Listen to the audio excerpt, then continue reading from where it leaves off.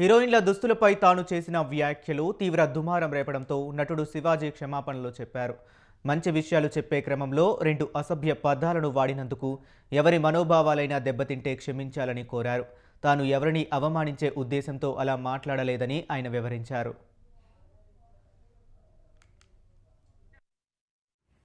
Unparliamentary words నేను use చేయడం జరిగింది. డెఫినెట్గా ఎవరికైనా వాళ్ళ మనోభావాలు దెబ్బతింటాయి. నేను మాట్లాడింది అమ్మాయిలందరినీ ఉద్దేశించి కాదు.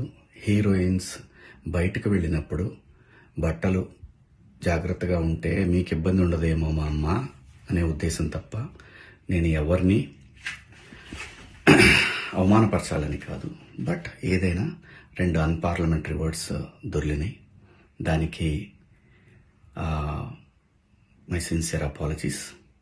అండ్ ఇంకోటి, నేను ఎప్పుడు స్త్రీ అంటే ఒక మహాశక్తి, ఒక అమ్మవారిలాగానే అనుకుంటా. ఎందుకంటే ఇవాళ సమాజంలో స్త్రీని ఎంత తక్కువగా చూస్తున్నారో మనందరం చూస్తున్నాం. అటువంటి అవకాశం మనం ఇవ్వద్దు అని చెప్పే ఇంటెన్షన్లో ఒక ఊరు భాష మాట్లాడాను. అది చాలా తప్పు. I know, my sincere apologies. నా ఇంటెన్షన్ మంచిదే, కానీ ఆ 2 పదాలు దొరకకుండా ఉంటే ఈరోజు ఈ పరిస్థితి లేదు. బట్ ఒకటి మాత్రం చెప్తున్నాను, మంచి చెప్పాలనే ఉద్దేశం తప్ప అవమానపరచాలి, కించపరచాలనే ఉద్దేశం నాకు ఎట్టి పరిస్థితిలోనూ లేదు.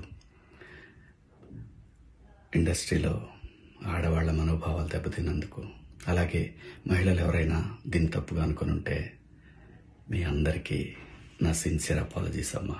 Thank you. నిన్న సాయంత్రం